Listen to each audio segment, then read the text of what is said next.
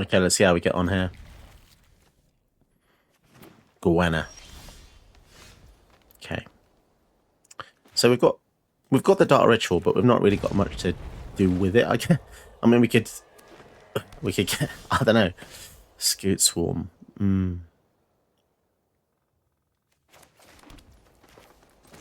Scoot Swarm? That's fine. Actually, that's pretty good, especially when you consider we have Cultivate and a Fetch next turn. But they're going to have a lot of stuff too.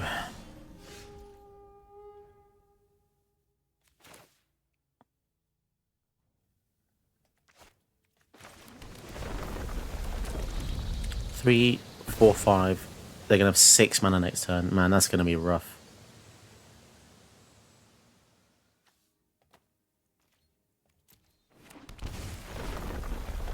Let's go for Zimone and Dina here. Yeah, the ramp that Gwenna gives is kind of terrifying. 3, 4, 5, 6. But I guess if they have something like Kogler, they can kill only one of our threats. I don't know. We'll see. Surak and Dragonclaw. Ooh. Okay. Okay. So let's... Should we do that now? Yeah, okay. So we'll sack one of these guys. Sanguine Brush Stroke. That's actually pretty good with our current field. They're gonna have a lot of stuff. Fatal Push. That doesn't help us anymore. Oh my god. They're gonna have so much aggression coming in next turn.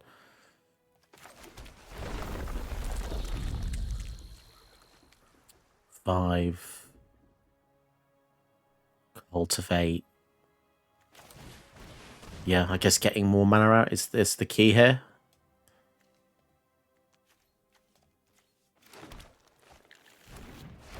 And then the brush stroke might be able to help if we get some kind of wipe or something. I don't know. We'll see. I mean, we've got an extra Scoot Swarm now, so that already makes it good, because now they need 2 kill spells, really. Scale Speaker Shepherd. Draft a card. Oof, okay. But they don't get to reuse the Gwenna with that one. Interesting, we get to go again. I definitely want to go for the brushstroke here. Because I feel like we're aiming to drain. And then getting more. Guys, this is getting really, really bad for them, I think. Get rid of one of these. A few triggers. Infernal Grasp. Land of the battlefield tapped. Okay. Even more things going on. Toxic Deluge. Oh my goodness. Whoa, this just got really crazy. Do we win if we go for the Deluge? No, not yet. We need to get 20 creatures, don't we? I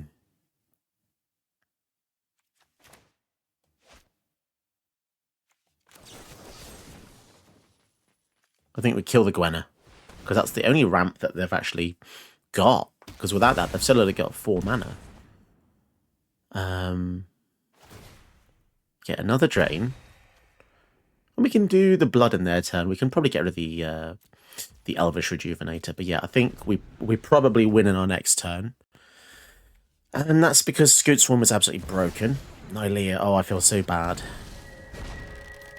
for them. I mean, we're doing crazy. Jeez. Oh, man, I just want to do the thing. I want to do the thing. Such a shame.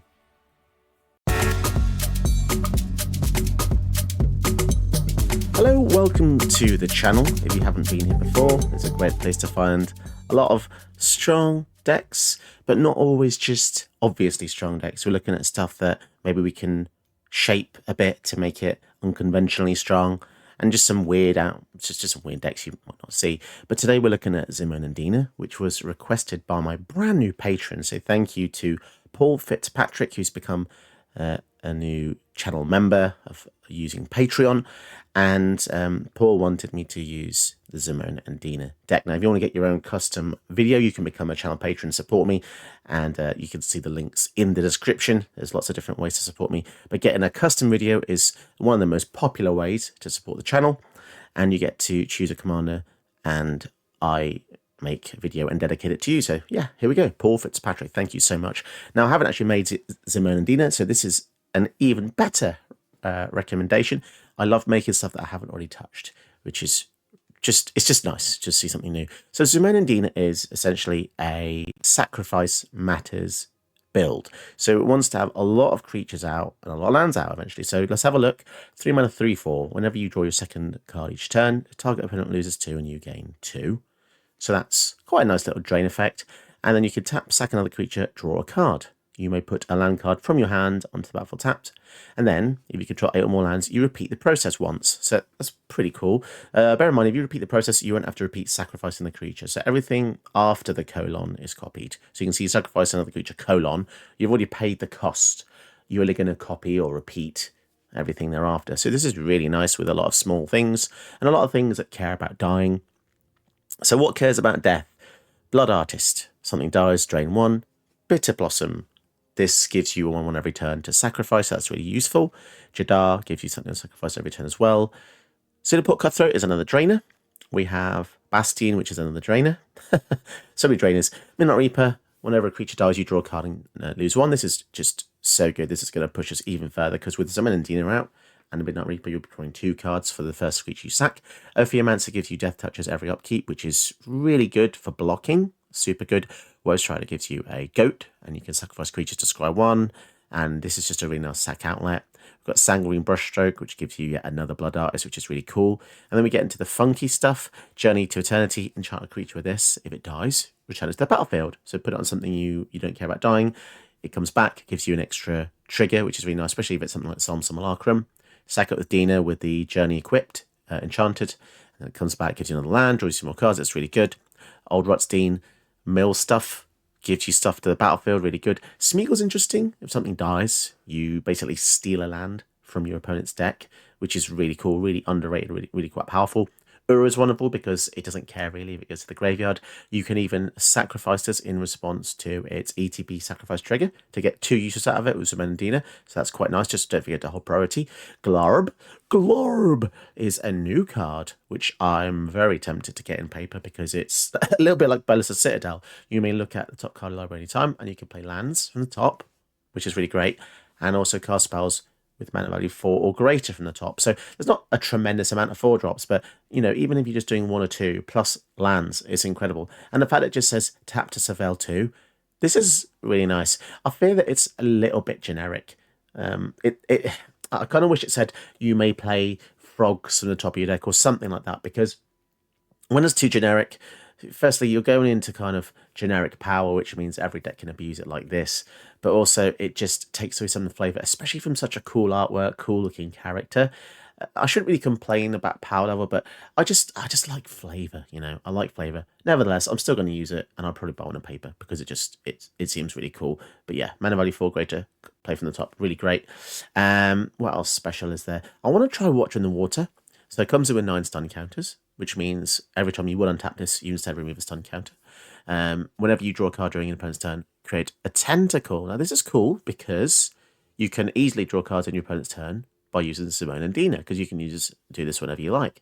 But then also, whenever you draw a card during your opponent's turn, you get a tentacle. Whenever a tentacle dies, which you'll probably be sacrificing, untap 1 Kraken and put a stun counter on target non-permanent, which feels really great. You know, you can stop some opponent's rocks, you create another tentacle, it just does a lot of stuff, and eventually it's a 9/9, which is just incredible. And look at the artwork, just so cool. And then in top end casualties, obviously, Izoni is just one of those cards you don't really think about, and then you play it and you think, what the hell? The amount of value this gives you is crazy. 6 mana for 2 bodies, and you sack 4 tokens to surveil 2, draw 2, gain 2. It's just crazy. Obviously, you have to collect evidence for when you play this, but you'll have stuff in the graveyard anyway, because you're sacrificing stuff, putting them in the graveyard, so your graveyard's going to be filled up. And then we've got a copy of Vein Ripper, which is just is ludicrous. This card is just so ludicrous. Whenever any creature dies, drain 2. If someone has a board wipe, This is going to just annihilate. But yeah, that's kind of like the skeletal structure of the deck that I've gone for. Don't forget, Birds of Paradise now available. It's getting kind of silly how many one-drop rampers there are. Birds, Halfling, Mystic, Goose, Elves. It's almost hilarious because there's so many now that it kind of like, yeah, it's meh. Birds of Paradise is like meh, but this is unique in that it taps out any color. And Gilded Goose is kind of like, Gilded Goose has definitely gotten a lot worse since birds have come out. But also, something really powerful about birds, which people might not think about, is if you have any equipment in your deck, this is such a nice target to equip it to. Same with Goose, but the fact that Goose has to sack foods in order to get mana, birds is just the OG. Plus, this artwork is probably my favourite so far. So, Paul Fitzpatrick, I really hope you like this deck tech, this video. I found it really fun. It's really good. I'm sure there's some like demented combo you can make with this, but I feel like with the deck we've got 28 creatures. We're going to be doing some silly things, playing loads of lands, getting some landfall triggers off. Let's see how we get on. Huh. What is it, Otacon? Hey, Snake. Have you thought about getting some more subs and some views? Yeah, we could do some new subs. How are they gonna do that? Yeah, you can just do that below. Go ahead and click like and subscribe below. Alright, going first against the Myco Tyrant. So they're going to go spamming the shit out of their field. But we have a Toxic Deluge, so we might be alright. Their deck goes off really, really quick. So I am a bit scared. I think we're going to go for Flooded Strand here. Probably just go for a black source, keep it easy.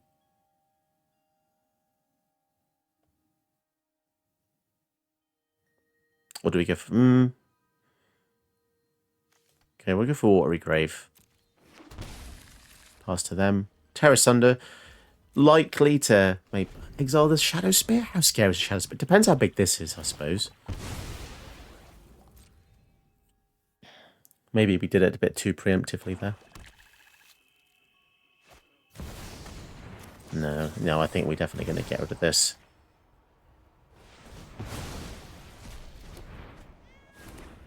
One toughness. Two toughness. Okay. We'll go for Zimone. Because the Toxic Deluge doesn't have to hit. Well, we can go up to 3 and Zimone survives. So we'll see how that goes. Each equal to the number of creatures you control that are fungi and saplings. So yeah, the deluge is going to make light work of that, hopefully. Okay, interesting. They're not doing anything much. Let's go for Solemn.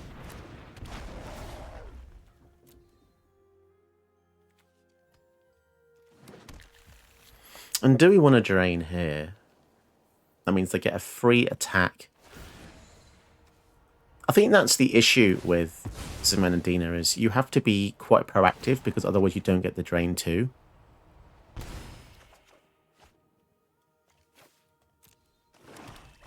But it's all in the name of the. We're kind of feigning it because we want them to be in a false sense of security. We're all tapped out. They're going to play all the things they like to play, and then Deluge comes out and just minuses 1. I think that should be enough. Or if not, we've got Binding. Hoarding Broodlord. Ugh. I did not expect that. To be fair. I did not expect that.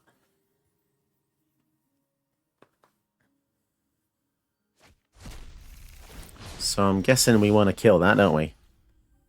Right, let's go to full control.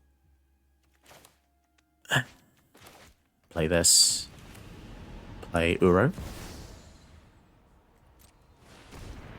So we're about to see some of that nice holding of priority.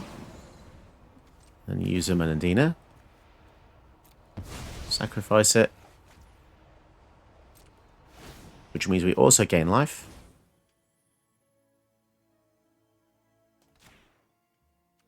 And the reason I want to do that is to make Mortality Spear a bit cheaper as well. So we can go a full control now. We use the Spear on the Broodlord. So whatever they got is still scary, but there's not really much we can do about that. And we could go for Thoughtseize in the following turn, I think. Yeah, for now, let's just go for the Confounding Conundrum. It might slow them down with the old fetch lands a bit.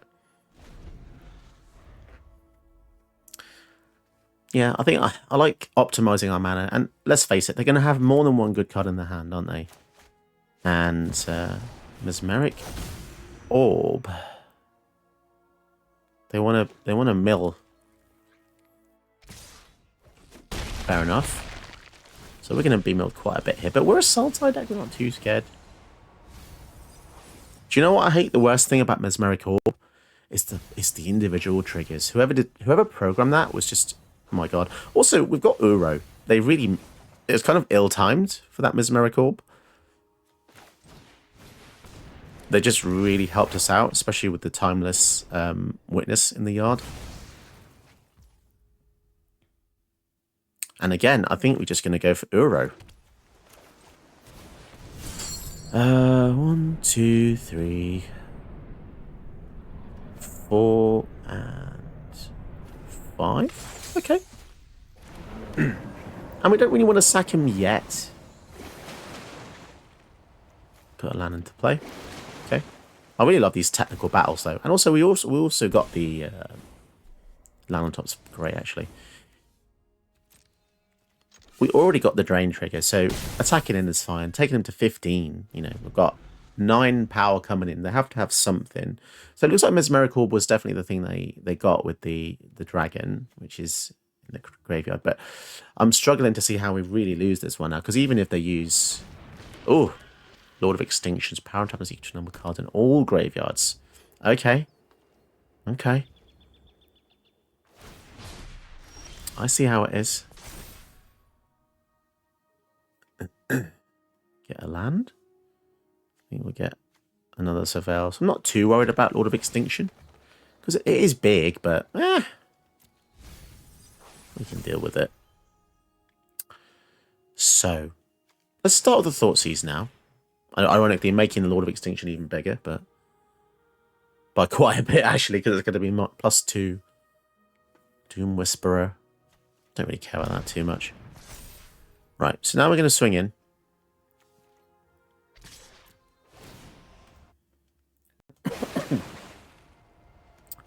Put a land into play. Which drains as well. Beautiful. So if they block, we're just going to go for the Toxic Deluge -8 and kill everything. So that's fine.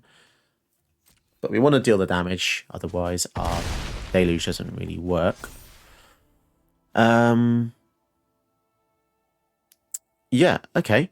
So, it's 9, isn't it?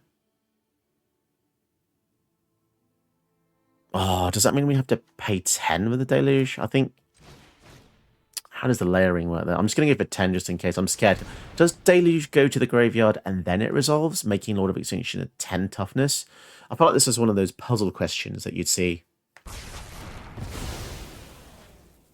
And we're not going to put Zimone and Dina back into the command zone because we're actually going to go for Izoni, which is 6 mana. So we want to optimize our mana because Uro's only 4.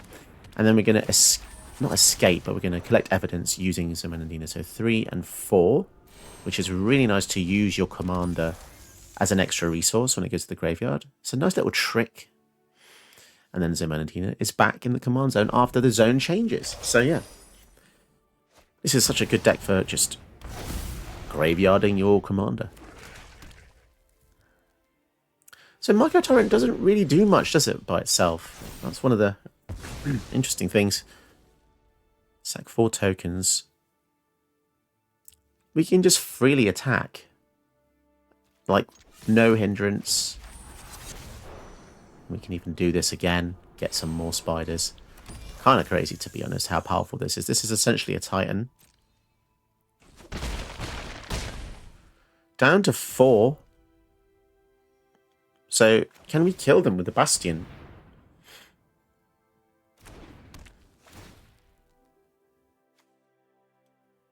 I think so, actually. Can we do that? Oh, no.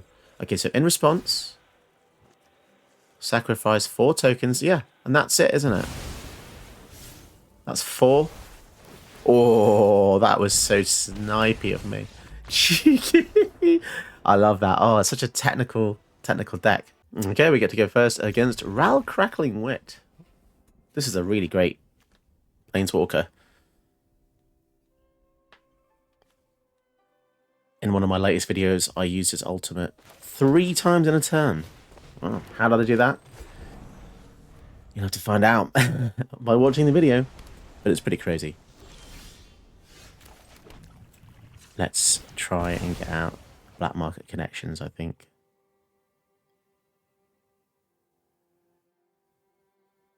So, black, blue? If they counter it, I'd be kind of sad, but do they have a swan song or something? No? Okay. Consider. Nice. We got lucky with that. There's a lot of 1 blue mana spells that can counter our stuff. Oh my, this is crazy. Is rotting in this dump. We've got so much mana now. I think we're just going to go for the Fatal Push. Need more black mana though, that's for sure. So we go for Dark Ritual. No, we'll save that. I feel like that's a bit too soon for that. We can get a Liliana out. Kind of nice. What we're dealing with? Wash Away, Bergie. We're actually going to get rid of Bergie. It's their only creature. And then we can kind of work around all this other stuff. Like, none of these are threats. They're just cards. We're at 14 though, bloody hell. How do we get to 14? Oh, because we Thoughtseize, we fetched. Yeah, okay, fair enough. Let's see how trigger happy they are with that Wash Away. Okay.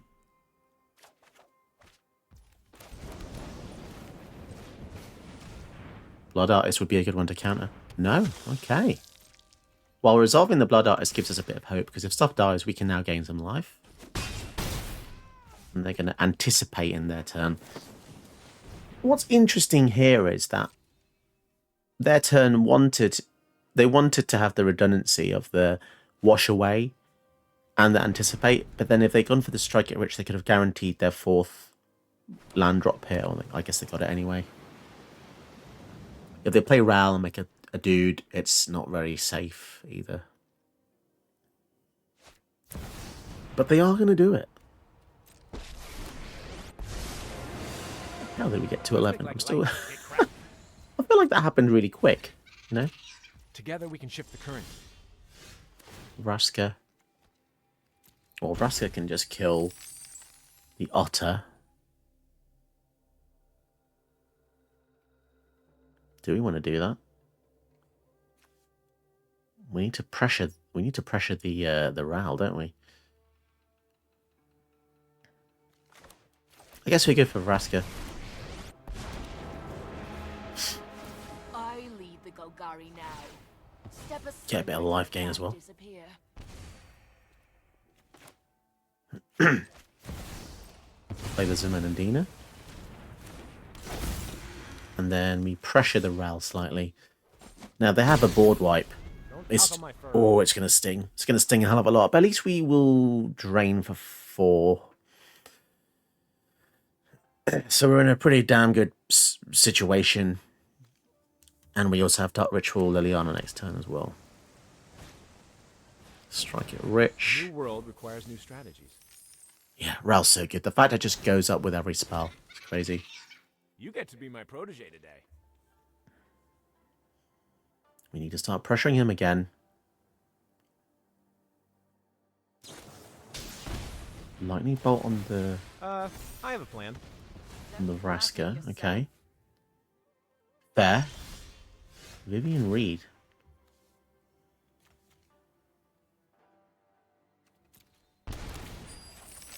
Drain for 2.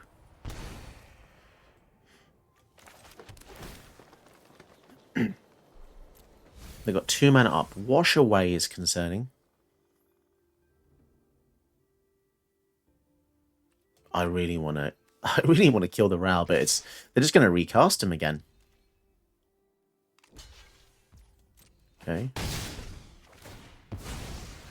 That treasure. Tempting to kill that. But they've got 3 mana for the wash away. Okay, we'll give it a go.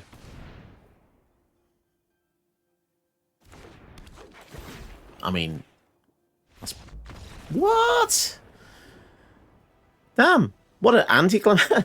I just feel like... Did they really need that treasure? I mean, did they need it so much? Why didn't they counter it with the wash away? That's a bit unusual, if you ask me. If they knew that the Rex Sage was going to come in and end the game for them, then they might as well have just gone for wash away because the treasure was going anyway. Maybe that's why they quit. They realised. But yeah. It's interesting, isn't it? How certain subtleties of the game are enough to make someone quit. The most subtle thing that you think wouldn't have an impact. Maybe that was the difference between River's Rebuke and not River's Rebuke. Because, God, if they did have a Rebuke in hand. But then surely you'd go to your next turn, hopefully draw the 6th land and then see from there. But they quit exactly at that point. But what I don't get is what if in their turn they had top decked a card that did 5 damage to all creatures? Or 4 damage to all creatures? You know what I'm saying? Like, there's always an out. There's always an out. Now, we don't have any kill spells in hand, but I just think this is such a good hand to like, squander. And we're facing Ruby, which... in itself, she's not too scary. It's what she ramps into that does scare me. And I'm really hoping we get a green source here. Apart from the Signet. Okay. I suppose next turn we can go for Woe Strider and maybe scry into a land in the following turn, hopefully. We shall see. Or just go for Zimone and Dina, actually. Because then we can just start drawing cards in the following turn. Oh, that's nice. Yeah, I like this. Also, the 4 toughness I'm kind of happy about because they're playing red-green, which traditionally doesn't have as many spells that deals 4. I mean, there's quite a lot, but most people use bolts and stuff. Let's see if they have an answer. Invasion of Zendikar, so they're already ramping hard. They're accelerating very, very fast here, which is kind of scary. Do we just kill this? I feel like we just need to kill this. Slow them down a bit.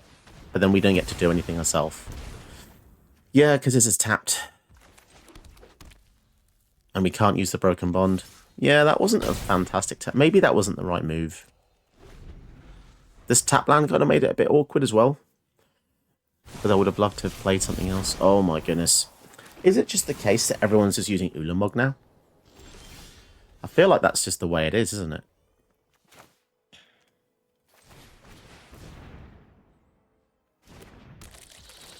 Every deck's just Ulamog now. 4, 5, 6, 7. And if not Ulamog, then some other big stuff. I think I'm just going to sack it here. Need some answers. We get to play another land. Shame it comes in tapped, but we do get to trigger the Swarm again, which is great for the following turn. Okay. 4, 5, 6, 7. If they have a wipe, that's going to be annoying, but we do have the Izonia to kind of bring it back a bit. World Spell. Oh dear. Look at the top 7, reveal a non-saga permanent, put it into your hand. And then the final stage, put 2 non-saga permanents from your hand on the battlefield. Okay, that is quite scary. But we have Broken Bond in our hand. So I think we blow this up. Just get a land. Lolth. Right, let's go for Lolth. And then we'll sack this Scoot Swarm. Get a counter on there. Put that on the battlefield. Although that comes in tapped. Maybe that was a mistake. Well, we definitely... do we just draw? Yeah, let's just draw first, because we might hit another land. On our elves. No, okay. Well, we're definitely going to use the Broken Bond here. Okay, and swing in. So, how do I feel? I'm still worried, because they're very concerned about ramping. 4, 5, 6, 7, 8. They're 2 off anything terrifying, I suppose. But what's red green going to do? If they blow up all our creatures, maybe they'll survive, so we can maybe recover, maybe use the ult. I'm not sure what we're really dealing with. It's a bit suspicious. They haven't played anything really that indicates what they're going to do. Well, that is +2 mana, so 4, 5, 6, 7, 8, 9, 10. Should I be concerned? Probably. Probably. Can we get this to 8 loyalty? 2 basics. What on earth?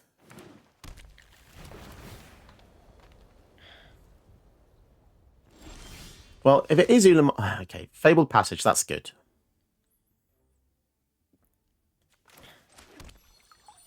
Lots and lots of Scoot Swarms. Attack with those.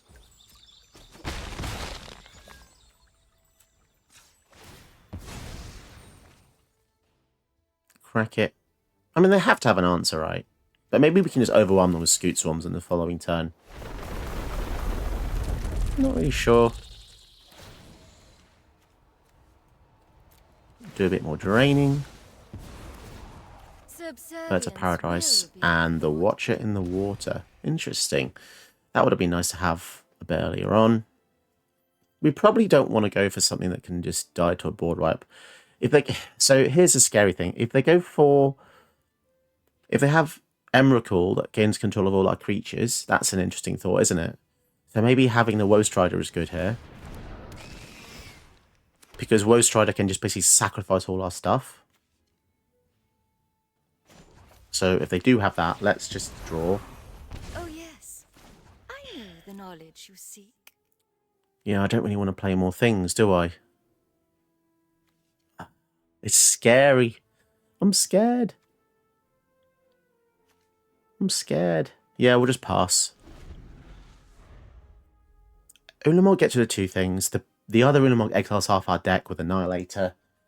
Emrakul steals all our things. Kozilek draws cards.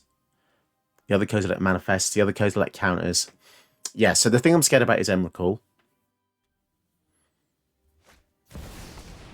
Overbrook Caretaker. Okay. Not gonna lie, that's kind of tame for what I was expecting, but I should be grateful for that. Oh no, Terror of the Peaks. Oh no. Let's sacrifice the goat. Oh, we need a kill spell for that now. Well, that ain't a kill spell. You know what? We can sack so many things, and because we have Lolth, Raska. Oh my god, we're going to be able to ultimate the Lolth, aren't we? And then they're going to just die, I think. Timeless Witness. What's in the graveyard? I'd like to click graveyard, please. Infernal Grasp. Okay, there we go. Sorted. We got there in the end. We got there in the end.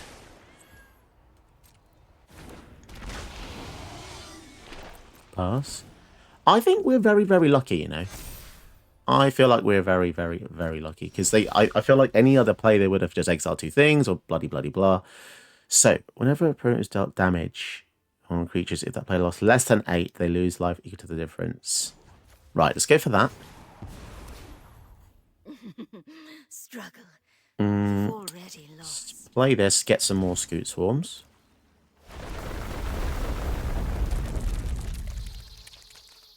Green. We're going to get back the Grasp. Because I feel like that's part of their equation here. And then we swing in. Leave back that. I think we'll leave back the Woe Strider.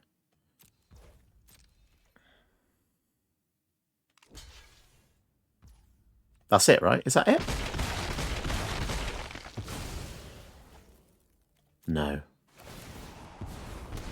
I will. Go down to 5. sacrifice Scoot's wall. Do what I demand. Put a land into play. Dark Ritual. Oof. Are we being lured into a false sense of security here? I think we will go for the Watcher now. Because we've got the Woe Strider, I'm not that bothered, to be honest. Let's just go full maximum. Okay. So yeah, clearly a board wipe would be absolutely awful. They don't have Farewell, so they can't... I mean, even if they did, you know. And so, okay, so theoretically speaking, if they do clear all our creatures, at the very least, we can have an Izoni to recover. So that's nice. And we still have the Lolth Ultimate. Verdant Rejuvenation. Oh, no. Oh, God. Oh, no. They had the... Oh, after all of that. That's just disgusting. So they win then. Yeah, they freaking win because the Crater Hoof. Oh, that's a shame. They're at 3. We got so goddamn close. I really don't like this card. It just feels like... Oh, and they've got Bastion as well. Come on. And they got Mirror March. So they can create basically near infinite copies of everything. Oh, jeez. Whenever an untoken creature enters, flip a coin, you lose a flip, and then you get a copy for each head. What the hell? Ah. 5 Emeralds. Luckily, they're all cast triggers and not ETBs. But they still die to the Bastion. And yeah, they've all got haste. I think this is the most brutal... Come on. And last March of the Ents as well. So they draw 23 cards and they can put any number of creatures into play. Kind of ironic that the name is I Like Bolas. But they're using a red-green commander. Also, this is that thing again, right? Where the person's playing this. I know what they're doing. This is that shit. So basically, when people found out that each card you use gives you a particular deck weighting, they abused the system. So they went for a commander that's really, really low deck rating, but then the content of the deck is like Hellq. So you just look at all the cards in their deck here, and you tell me this isn't abusing the fact that this is just a Ruby. Yeah, and it also proves that Arena is completely broken, because Ruby is not a tier 1 Hellq commander, but there's a lot more weighting in who you pick as your commander compared to what's in the deck. So let's say that the commander was a Tali, right? Which I'm guessing it used to be. Let's use a theoretical number. 1,000. Itali's worth 1,000 points as the commander, but in the deck it's only worth, I don't know, 200. Whereas Ruby, let's say another theoretical number, would be worth, I don't know, 50 as the commander. So obviously, by using Ruby as your commander, you are then entering lower tiered matches, right? So you're basically feigning the contents of your deck, which is a highly abusive system that Wizards clearly hasn't fixed, and it is completely broken, because I honestly don't think that my deck is the equivalent of all this, and I don't really want to give them the time of the day, to be honest, anymore. But I mean, they should have just really finished now. They've all got haste. I'm just going to quit. But yeah, you get the picture. People are abusing the system, and it's just bullshit, really. Did you know that you can help my channel by watching another one of my videos? Go ahead, you know you want to.